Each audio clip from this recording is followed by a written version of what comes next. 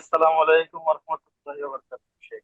ওয়ালাইকুম আসসালাম ওয়া রাহমাতুল্লাহি ওয়া বারাকাতুহু। জি, জি, আমি সৌদি বলেন। আরবে যেতে। বলেন। বলছি আমরা দর্জির কাজ করি তো। এখন হুম, হুম, দেশেও আমার কারখানা ছিল, এখন অনেক মানুষের কাছে অনেক টাকা পায় আর কি। হুম, হুম, অনেক মানুষ অনেক টাকা মেরে দিয়েছে, এখানে সৌদি আরবে অনেক টাকা অনেকে মেরে দিয়েছে মনে করেন। অনেকের কাছে টাকা পায় অনেকগুলো। এখন সে হুম। টাকাগুলো কি আমি আল্লাহর রাস্তায় তাদের ক্ষমা করে দিব, নাকি তাদের আর কি কি আমাদের দিন লোভ হিসেবে রেখে দেবো আর কি। এইটাই জিজ্ঞেস করার ছিল আমার। তারা যদি সচ্ছল থাকে আর টাকা মেরে দেয়, তাহলে যদিও মাফ করতে পারেনি, কিন্তু এরা মাফ পাওয়ার হকদার নয়। আর যদি তারা অসচ্ছল থাকে, অভাবী থাকে, যার ফলে অভাবের স্বভাব নষ্ট হয়েছে, তো তাদের ক্ষেত্রে বলবো যে মাফ করে দেওয়াটা বেশি ভালো হবে। বুঝতে পারছেন না? সবাইকে ঢালাভাবে মাফ করে দিবেন তো এ তো অপরাধী আরো বেড়ে যাবে। এই অপরাধীগুলি কিছু অপরাধী আছে যাদের বদদোয়া দেওয়া উচিত, যে দুনিয়াতেও যাতে বালা মুসিবত আসে, যাতে করে সংশোধন হয়। কথা বোঝা গেছে?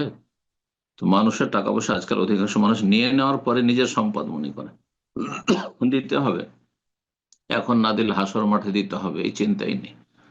যার ফলে মাফ করে দেওয়া খুব ভালো কাজ। বোঝা গেছে? কোরআন কারীমে আল্লাহ অনেক প্রশংসা করেছেন ক্ষমাকারীর, এবং ক্ষমা করার ফজিলত আল্লাহ বর্ণনা করেছেন।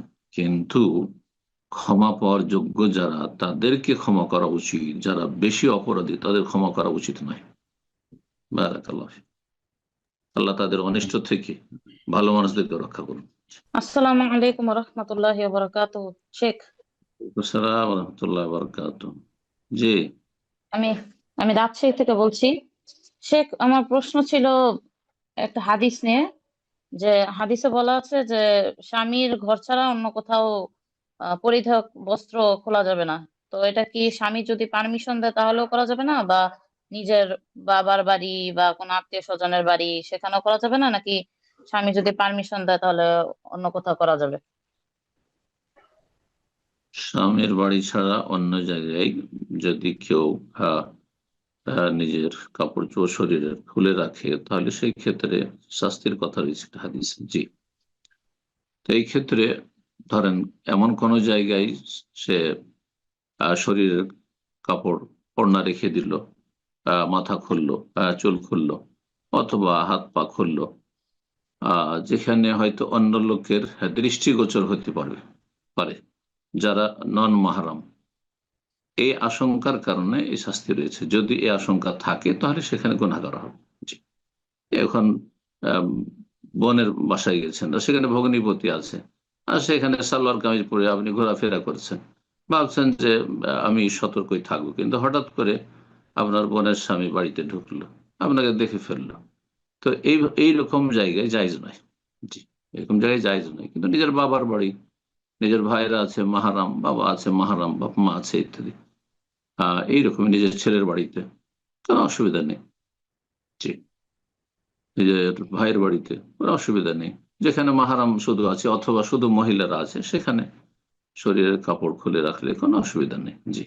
বিবস্ত্র হবে না। আর আরেকটি বিষয় হচ্ছে যে প্রাচীন যুগে যখন মানুষরা সফর করত, রাস্তায় টয়লেট তৈরি করা থাকতো, গোসলখানা তৈরি থাকতো, যেটাকে হাম্মাম বলা হতো, মানে গরম পানির ব্যবস্থা থাকতো আর গোসলখানা থাকতো। তো এইসব জায়গায় মহিলাদেরকে বিবস্ত্র হয়ে গোসল করতে নিষেধ করা হয়েছে। জি। নিষেধ করা হয়েছে, শরীরে কাপড় রেখে গোসল করবে। জি। তো এই একটি আরেকটি বিষয়। জি। আল্লাহ তাআলা আলম।